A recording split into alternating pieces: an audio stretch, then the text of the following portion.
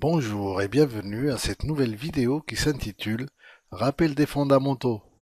Cette vidéo, comme je vous avais dit lors de la première vidéo de cette formation, sera consacrée au rappel des principaux axes, les principales grandes lignes de la formation SCOM 2012 R2, les fondamentaux. Cette vidéo se déroulera de la façon suivante. Donc, je vais revenir tout d'abord sur la définition que je vous avais donnée sur SCOM. Ensuite, on reviendra aussi sur la préparation de l'environnement qui est censé accueillir la solution SCOM. Ensuite, je reviens aussi sur les différentes installations qu'on avait évoquées ou les mises en œuvre de la solution SCOM.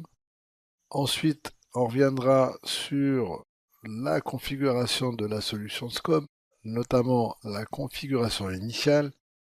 Ensuite, on passera en revue, on reviendra sur les principales tâches de l'administration de la solution SCOM. On fera de même pour les principales tâches de l'exploitation de la solution SCOM. On reviendra également sur les rapports et les différentes opérations qu'on peut effectuer sur les rapports. Et enfin, on reviendra sur la supervision des applications via SCOM à travers les vues applicatives. Qu'est-ce que SCOM? Alors, je pourrais être tenté de vous donner la définition suivante, ou je pourrais vous donner la définition suivante, en disant que SCOM est un outil de supervision qui permet donc de surveiller l'ensemble du système d'information ou l'ensemble des ressources composant le système d'information. C'est une définition qui est correcte, certes, mais qui, à mon sens, n'est pas complète, n'est pas suffisante.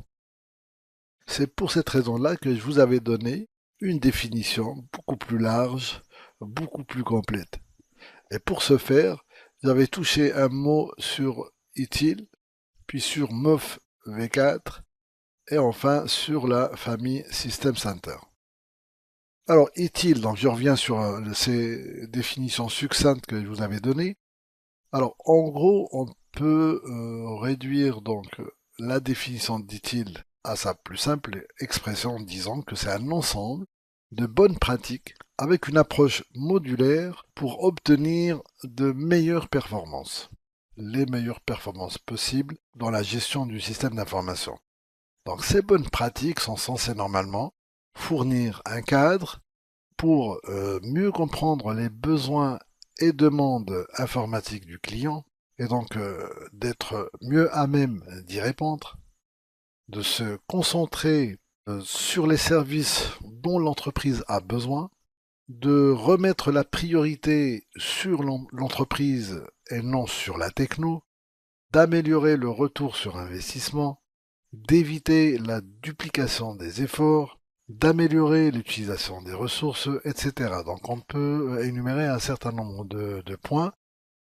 Alors MOF V4, donc déjà MOF c'est le framework Microsoft, donc c'est Microsoft Operations Framework.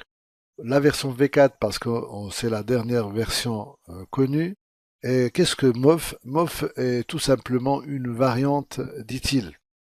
Donc c'est une série de documents, donc 23 je crois si ma mémoire est bonne. Et c'est également un ensemble de recommandations pour une meilleure gestion du système d'information à un coût moindre. Et c'est sur la base de ce framework que Microsoft ainsi qu'un certain nombre de ses partenaires ont planché pour définir un modèle permettant justement de gérer l'IT, donc l'ensemble du système d'information, comme si c'était un service. Donc d'où des fois on trouve l'appellation IT as a Service, donc la gestion de l'IT en tant que service. Et la réponse était tout simplement donc la famille System Center, dont SCOM est un des membres. Donc on voit ici les membres de la famille System Center, donc ils sont au nombre de 8, donc tous ces membres-là, et SCOM, donc System Center Operation Manager, c'est notre produit, le produit qui nous intéresse. Donc on voit bien donc il y a l'approche modulaire, on a un certain nombre de modules, chacun couvre une partie des besoins ou des recommandations, et SCOM, et donc lui il couvre la partie surveillance, la partie supervision du système d'information. Donc, j'ai jugé bon de partager avec vous cette définition qui, à mon sens, est beaucoup plus large que le simple fait de dire que SCOM est un outil de supervision du système d'information. La version la plus récente de cette famille, c'est System Center 2012 R2, et normalement on va pas tarder à avoir la version System Center 2016 et 2016 R2. La préparation de l'environnement pour SCOM 2012 R2. D'abord, au niveau de l'OS, tous les composants SCOM doivent être installés sur des machines avec un OS qui est au minimum Windows 2008 R2, SP1. Pour ce qui est de la console d'opération, elle peut aussi être installée sur un poste de travail. Dans ce cas, l'OS doit être au minimum Windows 7. Pour ce qui est de l'AD, la préparation de l'AD ou de l'environnement en termes d'AD se résume à la création d'un certain nombre de comptes de service, donc pour SQL, pour SCOM, et un certain nombre de RunAs, de comptes RunAs, pour un certain nombre de besoins spécifiques. À titre indicatif, la supervision des ressources Linux, la supervision sans agent de ressources telles que les devices, donc le matériel, tels que les switches, les routeurs, etc. Pour ce qui est de SQL, donc il faut avoir au minimum un SQL 2008 R2 avec en termes d'édition la standard édition. Il faut également faire très attention et être particulièrement vigilant au sujet de la collation.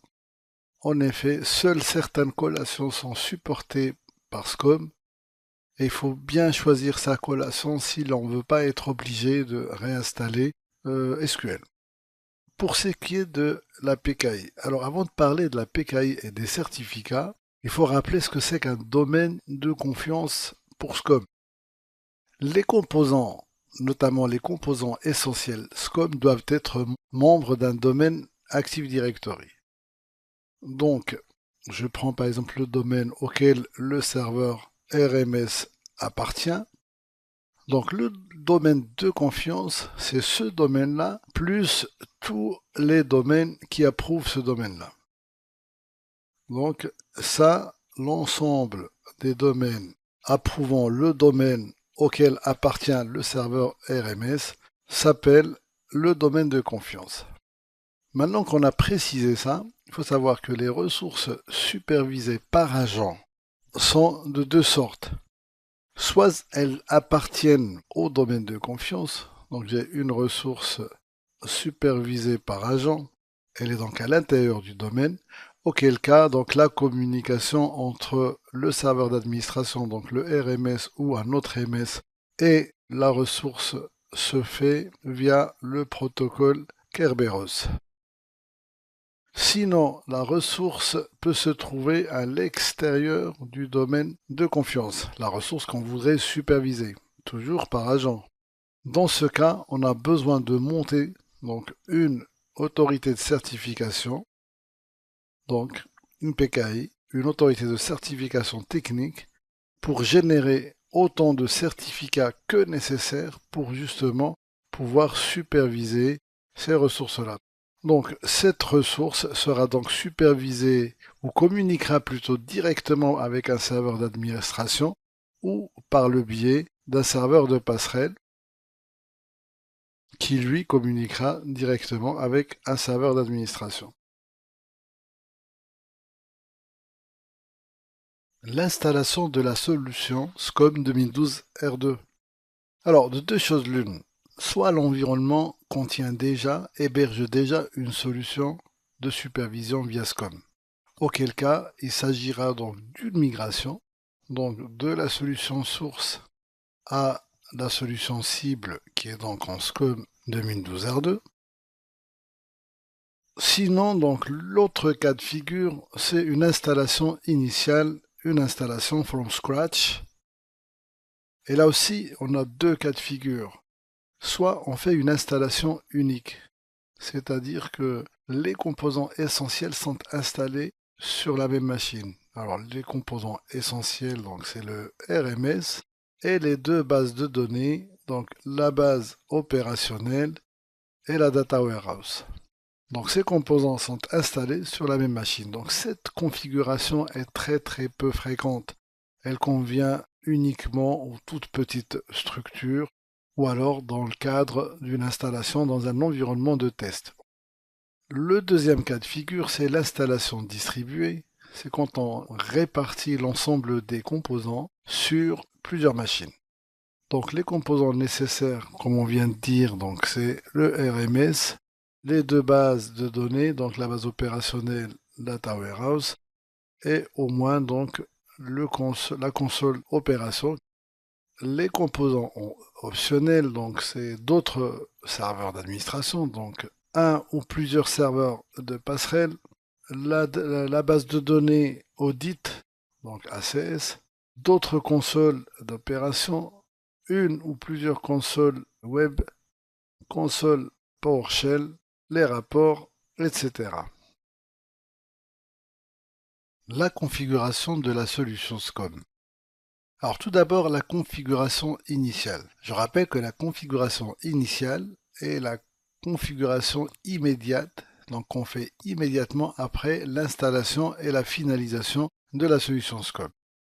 Alors cette configuration initiale se fait sur trois scopes différents. D'abord au niveau du management group, ensuite au niveau des serveurs d'administration et enfin au niveau des agents. Ensuite, donc, on doit faire un inventaire du SI, d'abord au niveau des management packs. Donc, un management pack, au fait, c'est un ensemble d'éléments développés par des développeurs, des éditeurs et autres fabricants de matériel et qui donc permettent à SCOM de gérer donc ces ressources-là. Quand on fait un inventaire du SI, donc niveau matériel, niveau logiciel, niveau application, etc., ça permet donc après de télécharger les différents management packs correspondant justement à cet inventaire-là, à ce qu'on a dans notre système d'information. Pour ce qui est des applications, donc il faut aussi faire un inventaire d'applications, donc les applications web en général, donc les applications .NET, Java, etc. Et cela permet donc de voir si déjà il y a des management packs propres à ces applications-là, ou est-ce qu'il faut en créer, et comment est-ce qu'on peut superviser via SCOM ces applications-là, comment est-ce qu'on peut construire les vues applicatives correspondant à ces applications-là.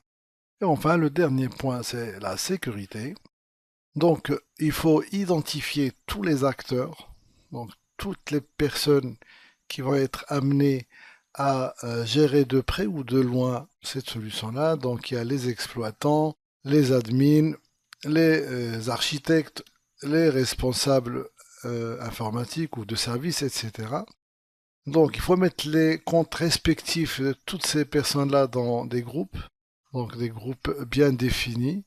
Et après, donc, sur la base des rôles prédéfinis dans SCOM ou des rôles qu'on peut personnaliser, on peut donc faire un mappage ou associer donc ces groupes-là au rôle SCOM. Cela donc permet de mieux contrôler l'accès à la solution SCOM. L'administration de la solution SCOM de Windows R2. Alors, les principales tâches d'administration. D'abord, concernant les management packs. Alors, il faut donc savoir que les principales opérations donc, propres à l'administrateur, ça va être le téléchargement donc, des management packs, que ce soit directement depuis le catalogue MS ou depuis un partage réseau.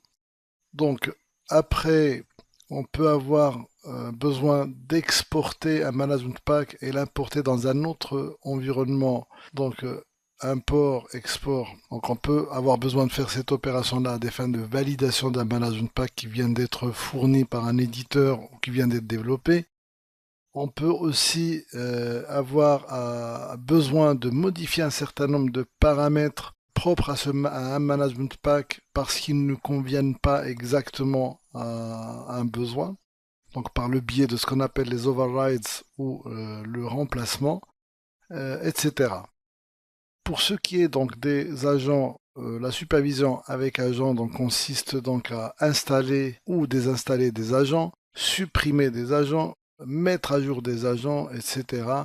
Et ce est valable aussi bien pour les agents installés sur des ressources membres du domaine de confiance ou se trouvant à l'extérieur du domaine de confiance SCOM. Pour ce qui est donc de la supervision sans agent, donc on peut être obligé de superviser donc une ressource sans agent d'abord parce que ça peut être du matériel donc sur lequel on ne peut pas installer d'agent, ou alors un OS qui est incompatible avec SCOM ou qui est trop vieux, trop ancien pour pouvoir supporter donc un agent et qu'on est obligé de garder pour des raisons de supportabilité avec une application critique par exemple. NT4, on peut très bien, c'est des choses qui peuvent arriver, avoir une application critique installée sur un OS NT4. La personnalisation de la solution, donc on vient d'en parler un petit peu. Une fois qu'on a importé tous les management packs, il faut savoir que ces management packs viennent avec un certain nombre de paramètres déjà prédéfinis. Et il se pourrait très bien que dans certaines situations, ces paramètres-là ne nous conviennent pas.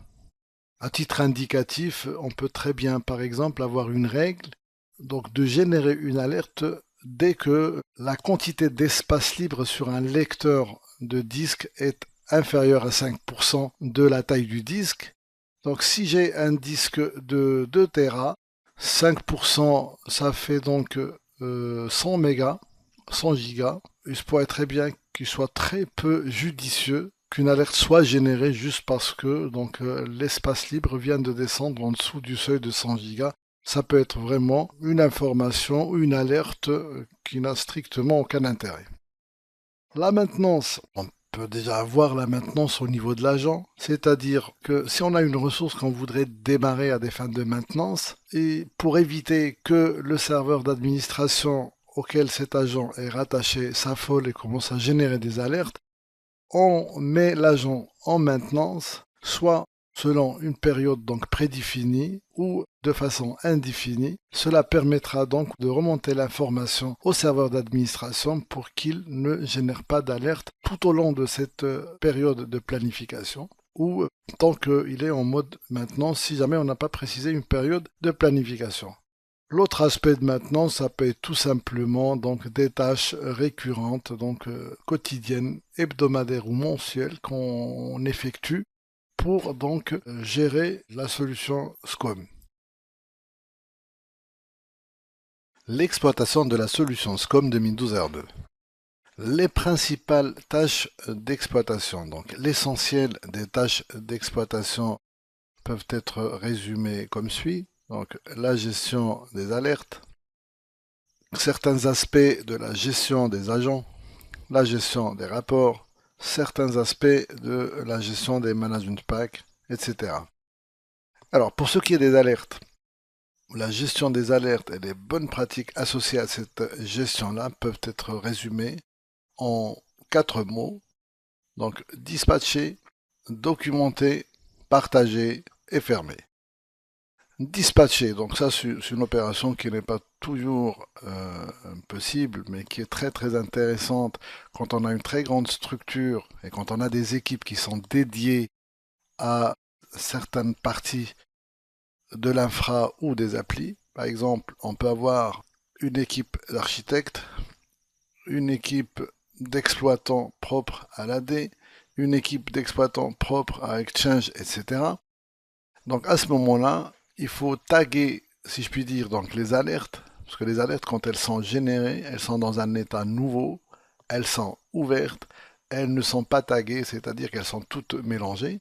On peut donc définir des tags et taguer des alertes en fonction de ces tags-là, et donc les dispatcher aux équipes correspondantes.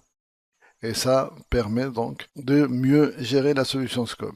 Documenter, une fois que on a identifié le problème qui était à l'origine de la génération de l'alerte et qu'on a résolu le problème, donc il faut le documenter. dans une base de connaissances qui est donc la base de connaissances de l'entreprise. L'intérêt de documenter donc ces alertes est le fait donc de passer moins de temps si jamais la même alerte est générée. Il faut partager justement pour ce que je viens de dire. Donc quand on documente, on partage. Comme ça permet de mieux gérer et de passer moins de temps à régler des problèmes. Et il faut fermer l'alerte. Fermer l'alerte parce que l'alerte, tant qu'elle est dans un état nouveau, elle reste dans la base Opération Manager. Dans le cadre des bonnes pratiques, on peut configurer cet aspect-là et dire par exemple que les alertes qui restent dans un état nouveau au-delà d'une certaine période, donc 30 jours par défaut, doivent être fermées. Comme ça évite que la base Opération Manager grossisse indéfiniment. Les bonnes pratiques propres à la gestion des agents, d'abord il faut savoir que pour l'exploitant, les principales tâches qui lui sont propres quant à la gestion des agents se résument à la mise en mode maintenance ou le fait de rattacher donc les agents à un autre serveur d'administration. La bonne pratique voudrait quand même qu'on mette l'agent en mode maintenance. Pourquoi? Parce qu'on a un serveur d'administration auquel un agent est rattaché. En temps normal, l'agent communique avec son serveur d'administration sur la base d'une période prédéfinie. Par défaut, l'agent envoie une pulsation à son serveur d'administration pour lui dire qu'il est donc toujours présent sur le réseau. Si jamais on arrête la ressource sur laquelle cet agent est installé, cet agent ne peut plus envoyer sa pulsation à son serveur d'administration et ce dernier générera une ou plusieurs alertes. Pour éviter donc ce comportement-là, on met cet agent en mode maintenance, donc cette information-là est remontée au serveur et le serveur ne s'attend plus à recevoir donc la pulsation de la part de l'agent. Pour ce qui est des rapports, donc en plus des opérations que l'exploitant doit effectuer sur les rapports, une des bonnes pratiques est de partager les rapports, notamment les rapports spécifiques.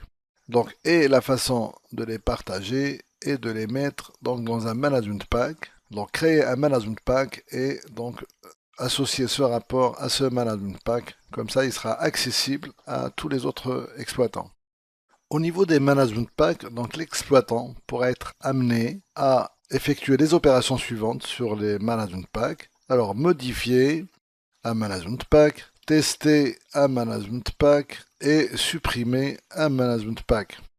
Alors les bonnes pratiques voudraient que la modification se fasse exclusivement via les overrides, donc les remplacements. Tester un management pack, un nouveau management pack. Donc quand on a un nouveau management pack, on ne l'importe pas directement dans l'environnement de prod, mais on le teste dans un environnement hors prod, comme la pré-prod par exemple. Et une fois qu'on est sûr du résultat, que le management pack se comporte comme prévu, à ce moment-là, on l'importe donc dans l'environnement de prod et supprimer les management packs, donc les management packs qui ne servent plus à rien parce que l'application n'existe plus ou parce que l'application a évolué, etc. Donc les management packs qui ne servent plus à rien doivent être supprimés. Alors maintenant la différence entre l'administration et l'exploitation, souvenez-vous qu'on avait dit que l'administrateur gère la solution SCOM tout au long de son cycle de vie, alors que l'exploitant gère au quotidien la solution SCOM. Dans la plupart des environnements, la frontière entre l'administration et l'exploitation est très très fine, voire même ambiguë. C'est-à-dire que la plupart, il y a pas mal de tâches qui normalement sont du ressort de l'administrateur peuvent être accomplies par l'exploitant et vice-versa. Dans certaines structures, notamment petites ou moyennes, la même population fait à la fois ou effectue à la fois l'administration et l'exploitation de la solution SCOM. Alors les rapports. Deux choses sur lesquelles je voudrais revenir. D'abord le serveur rapport. Donc le serveur rapport, il peut être installé sur le serveur SQL sur lequel donc on a installé aussi les bases Operation Manager et Data Warehouse, comme il peut aussi être installé sur un autre serveur SQL et on peut même avoir un serveur dédié au rapport. Ce qu'il faut retenir ici, c'est que l'instance SSRS qui est utilisée par SCOM ne peut plus être utilisée par d'autres applis. Donc l'instance SSRS doit être dédiée à SCOM parce qu'elle ne peut plus être utilisée par d'autres applis. Ça c'est important à savoir. Donc la deuxième chose, c'est donc les différentes opérations ou l'essentiel des opérations qu'on peut effectuer sur les rapports. Donc celles qu'on avait vues, les templates en fait qui servent donc à générer les rapports viennent avec les management packs.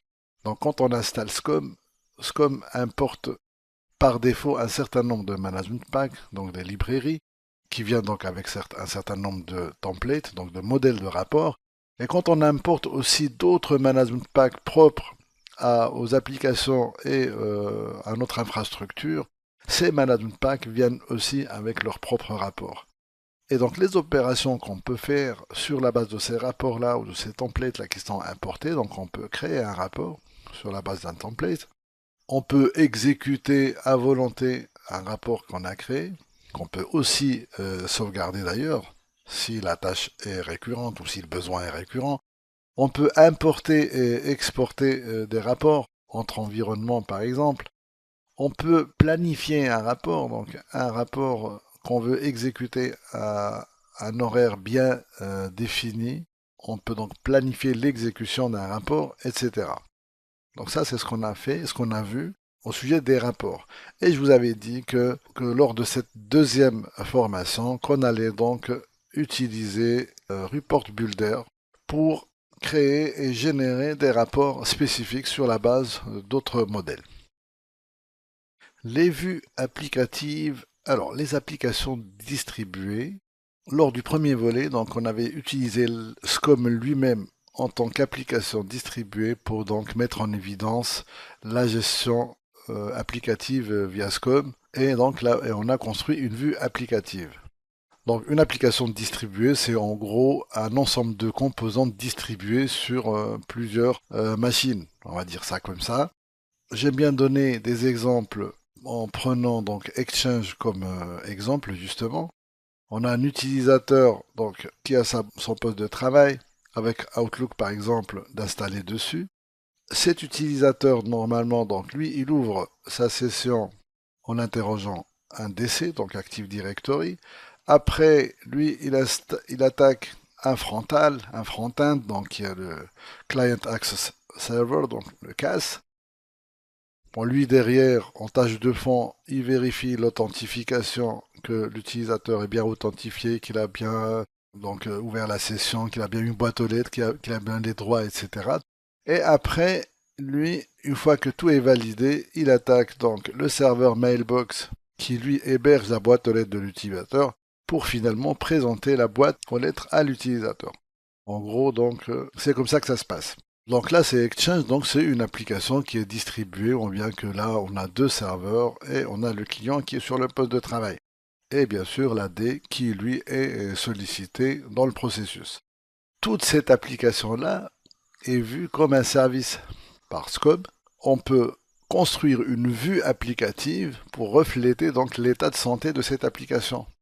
Donc SCOM, en fait, il va générer une alerte dès que un des composants est en mauvais état.